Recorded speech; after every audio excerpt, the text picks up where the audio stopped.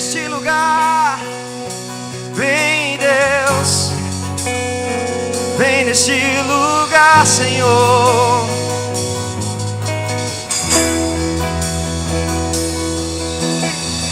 Adorar, adorar, adorar e não me conformar. Adorar, adorar, adorar até que Ele venha. Adorar, adorar, adorar e não me conformar. Adorar, adorar, adorar até que Ele venha e enche a casa com sua doce presença. E enche a casa com sua doce presença, Senhor. E enche a casa com sua doce presença. E enche a casa com sua doce presença.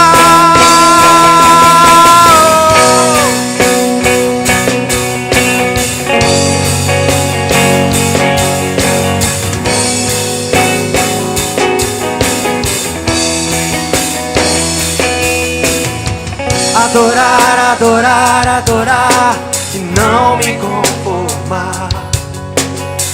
Adorar, adorar, adorar até que Ele venha. Adorar, adorar, adorar. Adorar, adorar, adorar até que Ele venha e enche a casa com sua doce presença. Nós clamamos, Deus, enche a casa com sua doce presença. Vem, Espírito Santo, e enche a casa com sua doce presença. E enche a casa com sua doce presença. Enche-nos, Senhor.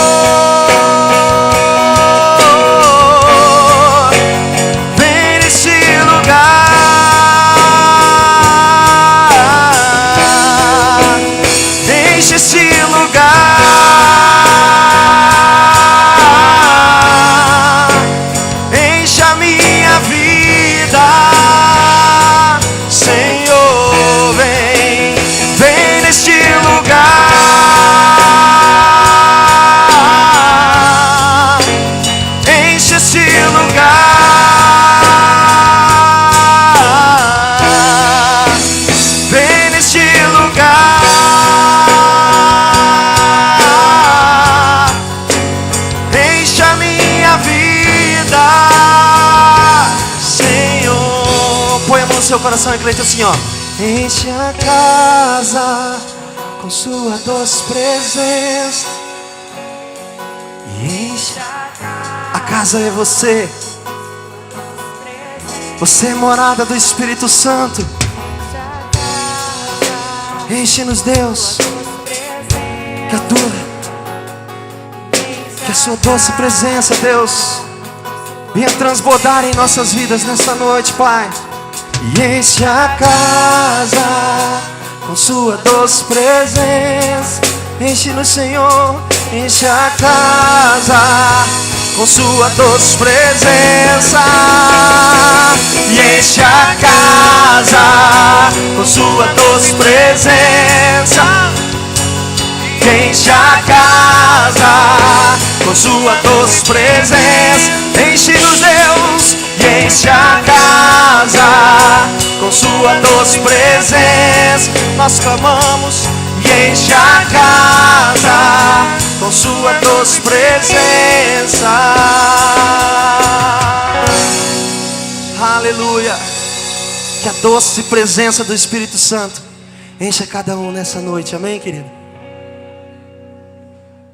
Essa semana Deus me incomodou muito a respeito do evangelho que tem sido pregado, o evangelho de facilidades. E na verdade, quando Jesus começou a pregar o verdadeiro evangelho, a multidão se foi embora e restaram apenas alguns discípulos. O verdadeiro evangelho, ele não é fácil.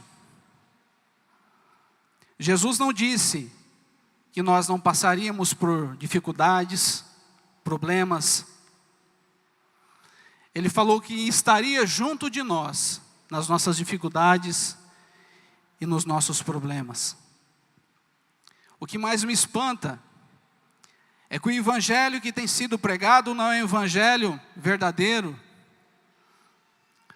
O evangelho que tem sido pregado não é um evangelho do arrependimento, de uma vida futura com Deus, de um reconhecimento que Jesus Cristo passou por uma dificuldade em pele de homem, morreu por nós. O que nós temos visto hoje é um evangelho que, o evangelho tem que se enquadrar às nossas vidas, às nossas vontades. O evangelho, na verdade, ele é constrangedor. O evangelho, ele não exige muito, ele exige tudo. Não tem como você servir a Deus apenas com um pedaço da sua vida. Não tem como você servir a Deus imparcial. E o que mais me admira é que através desse evangelho barato que se tem se pregado, os evangélicos estão sendo reconhecidos mais pelos seus escândalos do que pelos seus exemplos. Hoje nós vamos falar da cruz. Hoje eu queria falar um pouco de como a palavra de Deus chegou até hoje.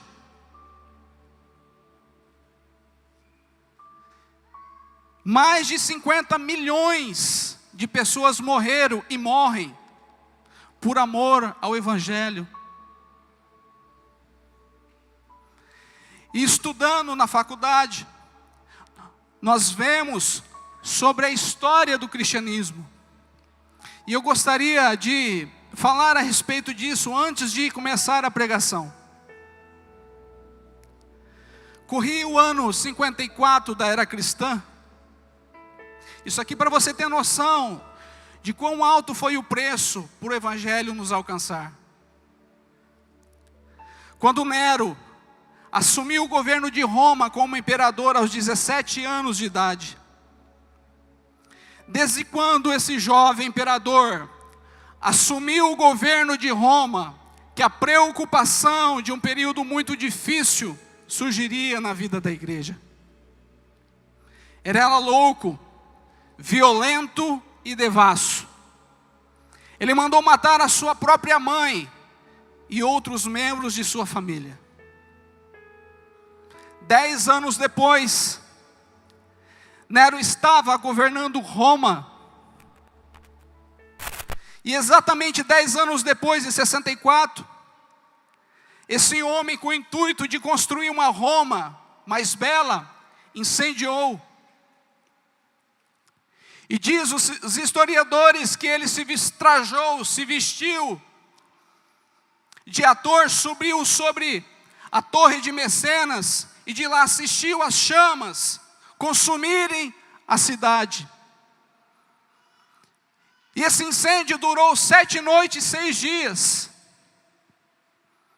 E após esse período, dos 14 bairros que haviam naquela cidade, 10 deles totalmente devastados, arruinados, restando apenas 4. Desses 4, bem habitado, bem, o volume de judeus e crentes que moravam nesse lugar era bem denso, densamente povoada. E dá um álibi a Nero para culpar do incêndio os cristãos e judeus. Diz a história que faltou madeira para ser construído cruz, de tantos cristãos e judeus que foram mortos Eles molhavam os judeus e os cristãos de piche, amarravam nos postes, tocavam fogo para iluminar as ruas e praças de Roma. 2 anos depois, a situação de Nero era insustentável e o Senado o depõe. E ele entra em parafuso, ele entra em crise e ele se mata. Nos anos 70, assume o governo de Roma o imperador Vespasiano. Inaugura o Coliseu com uma festa de 100 dias. E nessa festa de 100 dias, ele matou mais de 10.000 judeus e cristãos com requintes de crueldade. Ele amarrava pele de animais e lançavam dentro do Coliseu para que os cães mordessem, para que os touros pisassem, para que os leões da Líbia esfaimados comessem. Eles jogavam toda a sua família, ele jogava tanto adulto como criança. Não sendo bastante, no ano 86 da era cristã, assumiu Domiciano, chamado de Segundo Nero, pela crueldade que perseguiu a igreja. Esse imperador foi o primeiro imperador de rogar para si o título de Senhor e Deus.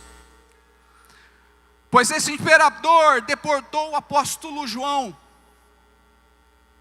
Vale ressaltar a essas alturas que o único representante da escola apostólica era João. O restante já havia sido morto pelos fiéis do martírio.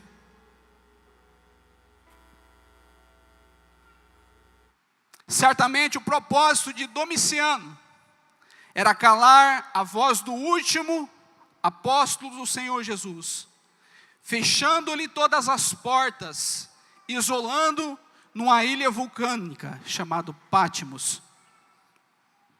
Mas quando todas as portas se fecham para João aqui na terra, Deus abre uma porta no céu e disse: sobe para cá, que eu te mostrarei. Não estas coisas que talvez aconteça, não as coisas que poderão acontecer, mas coisas que eu te mostrarei, coisas que devem acontecer. Irmãos, mesmo nas horas mais terríveis e amargas, Deus nunca perdeu o controle da rédea da sua igreja. Amém? Calvino disse que o púlpito é o trono de Deus, da onde Deus governa a sua igreja. Vamos ler Mateus 10, 38.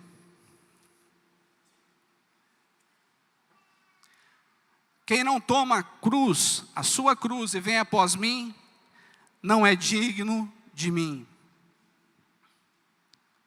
Quem não toma a sua cruz e vem após mim, não é digno de mim. Traduzindo do grego, do original: quem não para de pensar sobre você mesmo e sobre o que você deseja, não é digno de mim. O tomar a cruz significa negar o meu eu, significa negar as minhas vontades, é colocar as minhas vontades debaixo da vontade de Deus. O enfoque não está no sofrimento, e sim na obediência. É pensar como Jesus pensa. Devo negar a mim mesmo, crucificar a minha carne e me render ao Espírito Santo. Primeiro tópico: o significado da cruz. Se você puder abrir em 1 Coríntios, capítulo 1, do versículo 18 a 20. A cruz para o mundo é loucura. Como está escrito aqui em 1 Coríntios, ninguém se engane a si mesmo. Se alguém dentre vós se tem por sábio neste século, faça-se estulto para se tornar sábio. Porque a sabedoria deste mundo é loucura diante de Deus. Porquanto está escrito, ele apanha os sábios na própria astúcia dele. O apóstolo Paulo diz que o mundo, por sua própria sabedoria, não conheceu a Deus. Então Deus escolheu salvar os seus pela loucura da pregação. O apóstolo Paulo, quando chegou na cidade de Corinto, uma cidade grega, com seus muitos deuses, com suas muitas filosofias, com suas muitas propostas religiosas, ele tomou uma decisão categórica de anunciar Cristo, e esse, o crucificado. Os judeus ficavam buscando sinais, os gregos tentando entender de uma forma lógica. A cruz para os gentios era loucura, e para os judeus era um escândalo. Mas Paulo tem coragem de dizer que ele não tem outra mensagem ou outro evangelho para pregar a não ser este, do Cristo e este crucificado. Paulo demonstra que tanto o meio de salvação que Deus escolheu, quanto o povo que Deus salvou, contradizem a sabedoria humana. Paulo mostra que Deus se revela somente através do Espírito. Portanto, a sabedoria dos homens não podem chegar a conhecer a Deus e nem aprender a sua vontade. Segundo, o propósito da cruz. A cruz foi para pagar as nossas dívidas. A cruz foi para nos trazermos um reconhecimento de pecado, do nosso pecado. A cruz foi para nos trazer um arrependimento genuíno. A cruz foi para anular a maldição, dar-nos a remissão dos pecados pelo sangue de Jesus, receber a vida eterna para morar com Deus. A cruz, ela leva ao perdão. Eu recebo a capacidade de perdoar. Deixo tudo na cruz. O que eu fiz, o que fizeram comigo. O perdão, ele é uma decisão. Mas o ressentimento é um caminho de volta ao pecado. Deixo tudo na cruz. O sacrifício da cruz é o início e o fim da restauração da sua vida. Eu gostaria que você abrisse a sua Bíblia em Mateus 18, que nós vamos ler a partir do versículo 23, a parábola do credor incompassivo. Por isso, o reino dos céus é semelhante a um rei que resolveu ajustar contas com seus servos. E passando a fazê-lo, trouxeram-lhe um que lhe devia 10.000 talentos. Não tendo ele, porém, com que pagar, ordenou o Senhor que fosse vendido ele, a mulher, os filhos, e tudo quanto possuía, e que a dívida fosse paga. Então, o servo, prostrando-se, reverente, rogou: sê paciente comigo e tudo te pagarei. E o senhor daquele servo, compadecendo-se, mandou-o embora e perdoou-lhe a dívida. Saindo, porém, aquele servo, encontrou um dos seus conservos, e agarrando-o, que devia 100 denários, e agarrando-o, sufocava, dizendo: paga-me o que me deves. Então o seu conservo, caindo-lhe aos pés, lhe implorava: sê paciente comigo e te pagarei. Ele, entretanto, não quis. Antes, indo-se, lançou-o na prisão, até que saldasse a dívida. Vendo os seus companheiros o que havia passado, entristeceram-se muito e foram relatar ao seu senhor tudo o que acontecera. Então o seu senhor, chamando-o, disse-lhe: servo malvado, perdoei-te aquela dívida toda, porque me suplicaste. Não devias tu igualmente compadecer do seu conservo, como também eu me compadeci de ti? Indignando-se, o Senhor o entregou aos verdugos, até que lhe pagassem toda a dívida. Assim também meu Pai Celeste vos fará, se do íntimo não perdoardes cada um ao seu irmão. Esse Senhor, Ele está representando Jesus. A dívida que Jesus pagou era impagável. O servo está representando nós. Quando nós não liberamos perdão, como nós não perdoamos alguém que por algum acaso, alguma divergência, nós não liberamos perdão.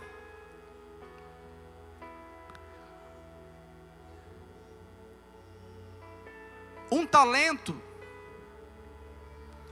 ele tinha 32 quilos e 300 gramas. Era uma medida que poderia ser de ouro, de prata. Um denário significava um dia de trabalho. Então esse homem devia 100 dias de trabalho ao seu servo. E esse servo devia para o seu senhor 150 anos de trabalho. Era uma dívida impagável. Era o que Jesus fez na cruz, morrendo por nós. Quando nós não perdoamos,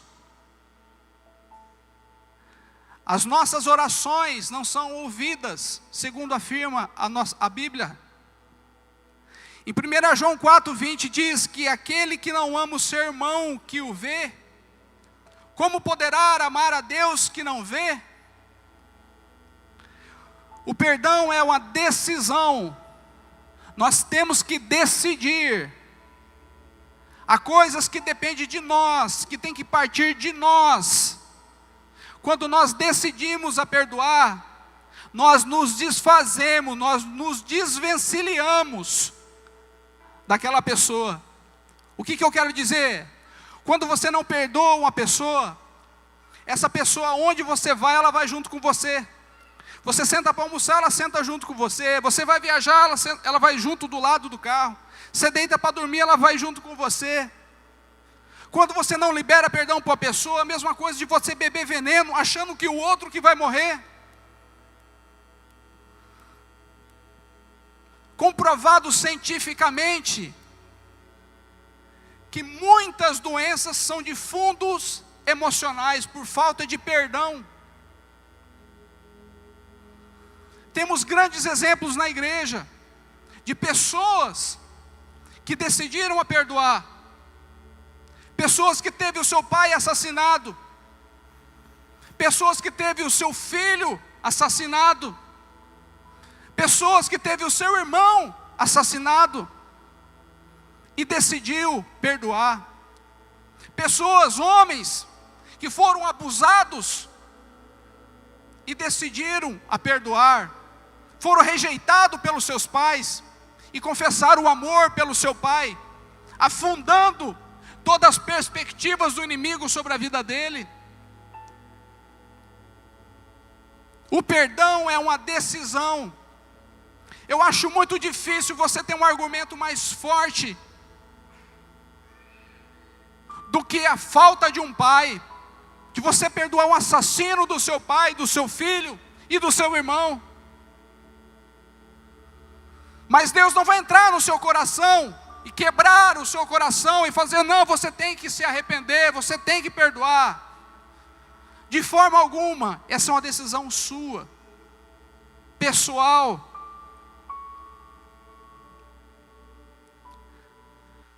E por último, o resgate pela cruz.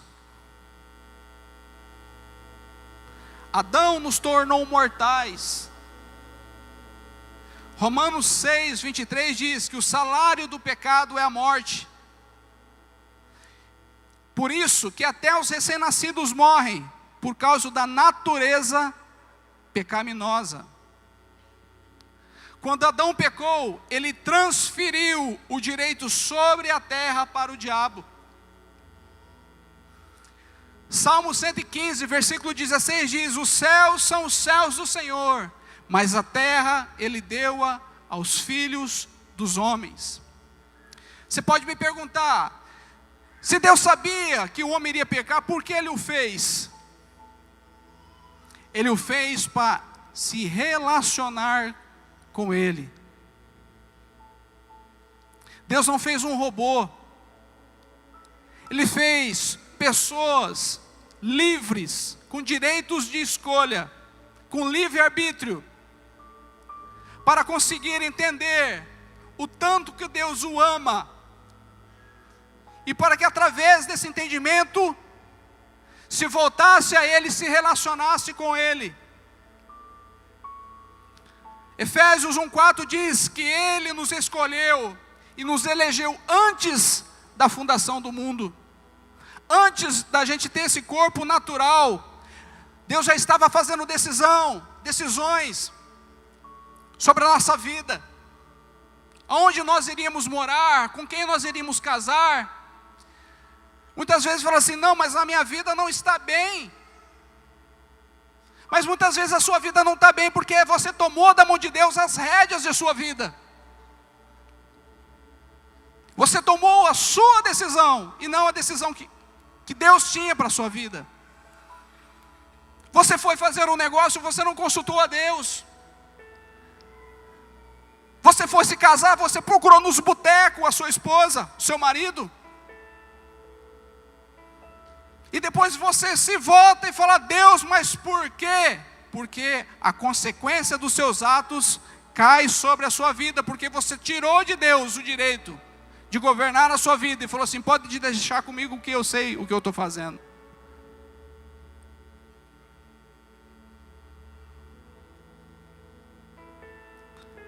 O inimigo fez plano para algumas vidas, mas Deus já derrubou a obra do diabo. É por isso que Jesus se manifestou, para destruir as obras de Satanás, para que ele possa cumprir a sua vontade, a sua palavra em nossas vidas. Eu gostaria que você abrisse comigo em Romanos 5, no versículo 12. Portanto, assim como por um só homem entrou o pecado no mundo, e pelo pecado a morte, assim também a morte passou a todos os homens, porque todos pecaram. Está falando de Adão. No versículo 17: se pela ofensa de um, e por meio de um só, reinou a morte, muito mais o que receberam a abundância da graça e o dom da justiça reinarão em vida por meio de um só, a saber, Jesus Cristo. Pois assim como por uma só ofensa veio o juízo sobre todos os homens, para a condenação, assim também, por um só ato de justiça veio a graça sobre todos os homens, para a justificação que dá a vida. Porque, como pela desobediência de um só homem, muitos se tornaram pecadores, assim também, por meio da obediência de um só, muitos se tornarão justos.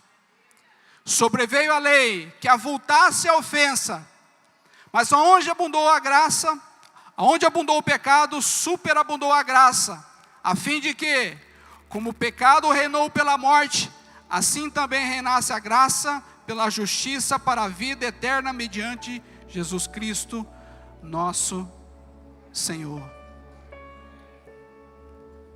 É preciso ter um profundo desejo do perdão divino, porque mais cedo ou mais tarde ela vai despertar, ou no leito de morte, ou após a morte. Você pode me perguntar, após a morte? Após a morte.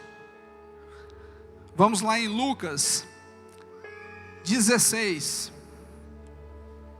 Ora, havia certo homem rico, que se vestia de púrpura e linho finíssimo, e todos os dias se regalava esplendidamente, se mostrava. Havia também certo mendigo chamado Lázaro, coberto de chagas, que jazia à porta daquele, e desejava alimentar-se das migalhas que caíam da mesa do rico, e até os cães vinham lamber-lhes a úlcera. Aconteceu morrer o mendigo, e ser levado pelos anjos para o seio de Abraão.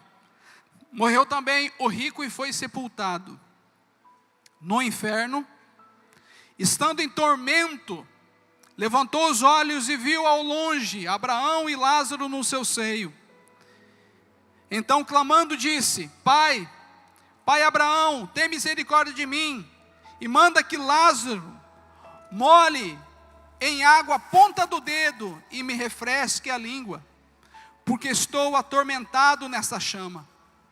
Disse, porém, Abraão: Filho, lembra-te de que recebeste os teus bens em tua vida, e Lázaro igualmente os males. Agora, porém, aqui ele está sendo consolado, e tu em tormentos.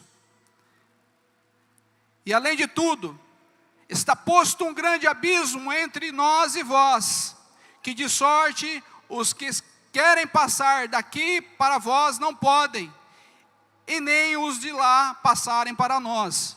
Ou seja, morreu sem Jesus, não tem missa de sétimo dia que te tira do inferno.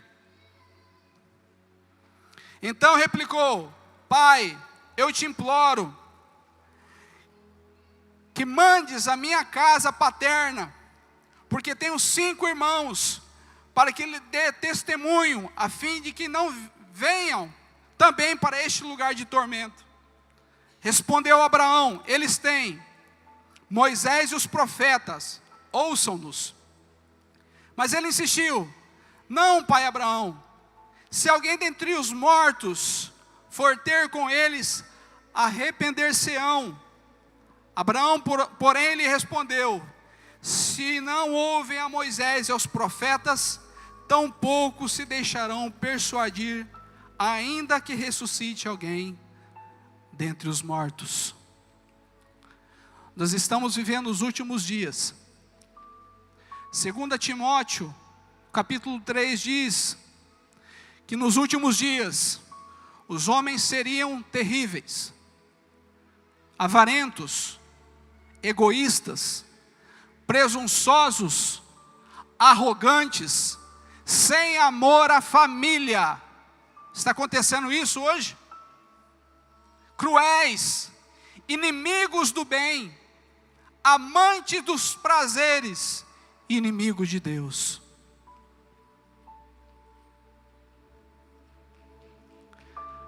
Na cruz está a solução completa para a nossa vida pessoal e para a humanidade inteira. Tudo muda pelo sacrifício da cruz. Foi lá que Jesus abriu o caminho de acesso a Deus. Na cruz, toda maldição é quebrada, todo argumento do diabo é encerrado. Ainda na cruz, Jesus disse: Tetelestai, tudo está pago. Quando o artista terminava uma obra, no rodapé ele escrevia: Tetelestai, está pronto, está consumado. Quando alguém era condenado, na porta do cárcere, era pregado a sua condenação, e quando ele cumpria, quando ele pagava a sua condenação, o juiz ia lá e escrevia: Tetelestai, está pago.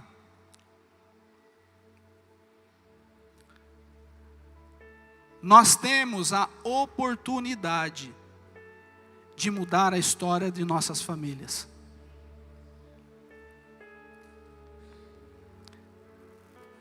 Como o pastor Vanir e o pastor Edivaldo já citaram,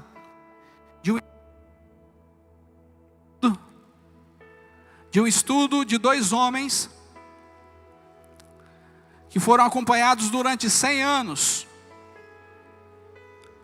Um homem piedoso, temente a Deus, e um homem que não servia a Deus. Durante esse período de 100 anos, esse homem que não servia a Deus, mais de 90% das suas descendentes, das mulheres dessa família, viraram prostitutas. Os homens viraram criminosos, na sua maioria. O Estado teve um prejuízo imenso com essa família. Já a família de Jonathan Edwards foi uma família bendita. Uma família que tinha professores, médicos, funcionários públicos de alto escalão, professores de faculdades, reitores de faculdades, até vice-presidente. O que eu quero dizer com isso? Você tem a chance de mudar a história da sua família.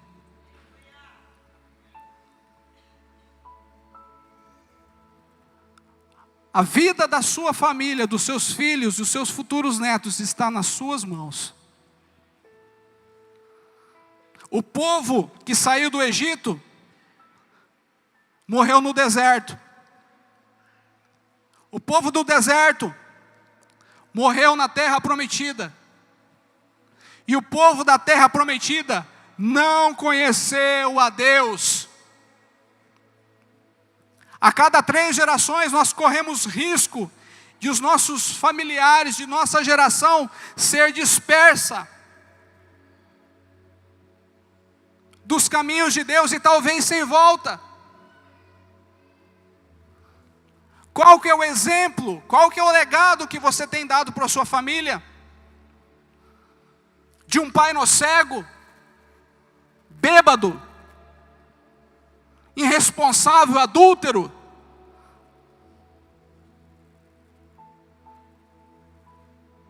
Como que os seus filhos vão se lembrar de você? O que você tem semeado na sua geração? A decisão está nas tuas mãos. E vou mais longe. Se hoje você tivesse que prestar conta da sua vida a Deus, face a face, para onde você iria?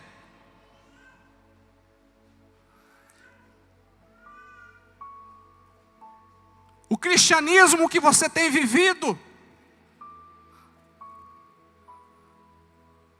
será suficiente para você entrar nos reinos do céu?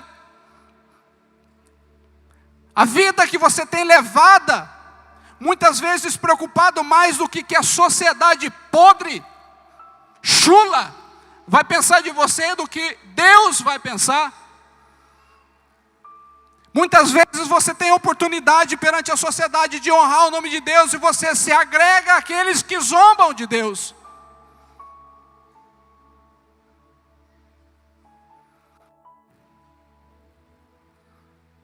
Deus fala para nós sermos ou frio ou quente, ou para matar a sede ou para curar as doenças. Ele está mencionando, na verdade, uma situação geográfica que Laodiceia não tinha água, então a água vinha sob arquedutos, sob tubos, e chegava morna, ruim de beber. E quem tentasse beber água daquele jeito, dava ânsia de vômito. É dessa forma que Deus está falando, ou você é, ou você não é.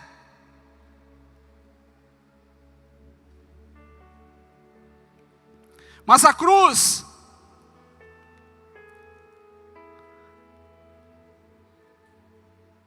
de Cristo, além de ser a maior expressão de amor de Deus, a cruz de Cristo é o retrato mais eloquente da justiça de Deus. Porque na verdade, quando Cristo foi à cruz, Ele foi carregando os nossos pecados. A Bíblia diz que Deus lançou sobre Ele a iniquidade de todos nós. Ele foi transpassado por nossas iniquidades. Ele foi moído por nossos pecados. E agradou o Pai moê-lo. Lá na cruz, Deus estabeleceu a sua plena justiça, o seu horror ao pecado, e Deus puniu o meu, o seu pecado no seu próprio Filho. E como nosso substituto, e como nosso representante fiador, carregou no seu corpo, sobre o madeiro, nosso pecado, e Ele morreu por nosso pecado. Lá na cruz Ele pagou a nossa dívida, e agora a justiça de Cristo foi satisfeita, a sua lei foi cumprida, e todo aquele que crê no Senhor Jesus, não pesa mais nenhuma condenação sobre ele. Quando nós olhamos para Lucas 23, é citado em Marcos e Mateus, que ambos, os bandidos que foram crucificados com Deus, zombavam de Deus. Na verdade era comparsa, segundo historiadores, era comparsa de Barrabás. E Barrabás era para ser crucificado no lugar que Jesus foi crucificado, ao centro. E a Bíblia fala que eles zombavam de Jesus. Se tu és o Cristo, salve a ti mesmo e a nós. As autoridades, os religiosos, também zombavam a Deus e falavam assim: desce daí que nós vamos crer em você. Mas quando um daqueles bandidos ouviu a última oração que Jesus fez, dizendo: Pai, perdoa-os, porque eles não sabem o que fazem. Os olhos daquele bandido foram abertos. E quando o outro bandido continuou a zombar, ele repreendeu dizendo: por acaso você não temes a Deus?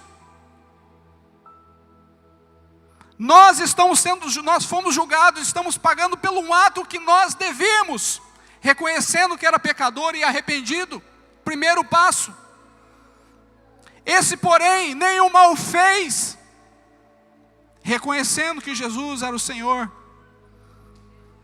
E por fim, ele fala: Senhor, lembra-te de mim quando entrares no reino dos céus. Jesus falou assim: hoje mesmo estarás comigo no paraíso. Não importa o que você fez até hoje, não importa como você conduziu a sua vida. Quando Pedro negou Jesus, e quando Jesus olhou para Pedro, Jesus estava olhando para Pedro e falou assim: Pedro, você não sabe o seu potencial. Hoje você se conduz, me nega, diante de 3 serviçais do pátio que nada te pode fazer. Mas chegará o dia que você me confessará diante dos 71 do Sinédrio, que pode te condenar à morte. E você vai dizer que não conseguirá se calar diante do que você viu e diante da presença de Deus que você tem sentido. Hoje você se conduz, mas chegará um dia que eu conduzirei você. E mediante a uma apenas pregação, 3.000 se converterão. Quando Deus olha para você, Ele olha o seu potencial que você não enxerga Ele. E Deus está falando assim: eu conheço você, eu conheço as suas atitudes. O diabo falou que você não tem capacidade. O seu pai, a sua mãe, um parente, algum amigo falou: você não vai servir para nada. Jesus fala: você serve sim. Eu criei você, eu desejei você, eu sei para onde eu quero te conduzir. Toda voz contrária não é de Deus. Deus não quer condenar. Jesus está te chamando para o arrependimento. O que está acontecendo, que está sendo muitas pessoas que estão se agregando à igreja, mas sem arrependimento. Agregam, mas não muda de vida. Seu testemunho fica pior ainda. Porque agora você se traja de crente, tem um arremedo de crente, mas você não é crente. Você nega Jesus. Cada atitude que você faz. Se você estiver no seu serviço, você não é crente. Se você estiver na rua, você não é crente. Você é um crente domingueiro que só é crente aqui dentro. Lá fora você não manifesta o poder e a glória de Deus.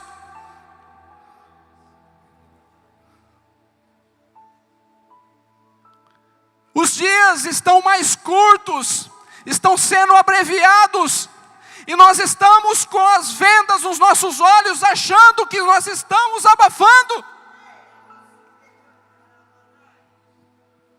O pecado está se instituindo dentro das igrejas. Estamos sendo reconhecidos através dos escândalos de venda de lembrancinha de água mineral a R$150, de areia da Terra Santa. Isso é uma coisa do inferno, sem base teológica, pregando um evangelho podre, com benefício próprio. Se perdeu a piedade, se perdeu o amor. Onde foi instituído dentro da igreja um amor às finanças, em vez de um amor ao próximo e ao arrependimento. Quando você vê essas igrejas inchadas, não estão pregando o verdadeiro evangelho do arrependimento.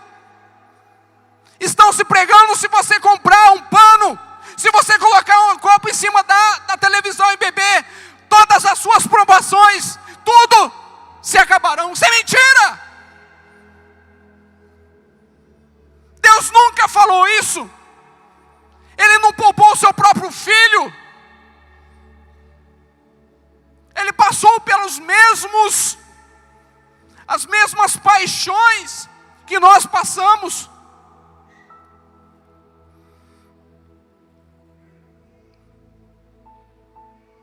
E eu quero encerrar.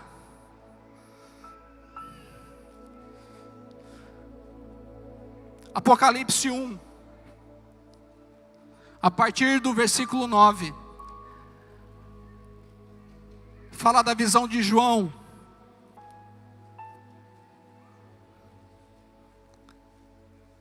Que ele escuta uma voz como de trombeta atrás de suas costas. E quando ele se vira, ele vê 7 candeeiros de ouro, um semelhante ao Filho do Homem, andando no meio. Mas esse Cristo que João vê, não é mais um Cristo angustiado, com angústia mortal, chorando, suando sangue, prostrado sobre os seus joelhos, naquele Getsêmani. O Cristo que João vê não é mais um Cristo humilhado, cuspido, esbordoado do sinédrio judaico. O Cristo que João vê não é o Cristo humilhado do pretório romano. O Cristo que João vê não é o Cristo que caminhava com uma cruz pesada debaixo de apupos, de vaias de uma multidão escandescente, translocada. O Cristo que João vê não é Cristo suspenso entre a terra e céu, pregado numa cruz. O Cristo que João vê é o Cristo da glória, o Cristo vencedor, um Cristo onipotente. Diz o texto que os seus cabelos não estavam mais cheios de sangue e poeira, mas eram brancos como a neve. Seus olhos não estavam mais empupassados de sangue, mas eram como chamas de fogo.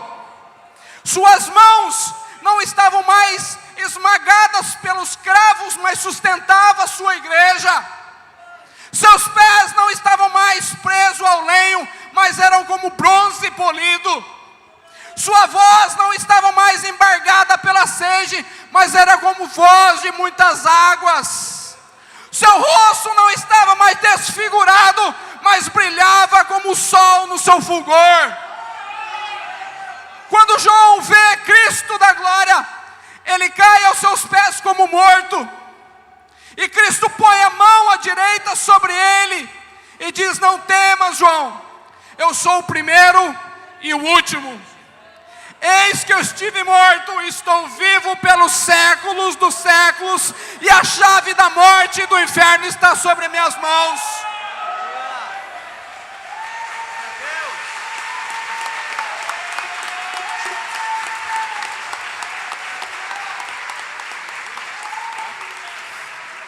Nós não adoramos um Cristo que esteve vivo e está morto. Nós adoramos um Cristo que esteve morto e está vivo pelos séculos dos séculos. Amém.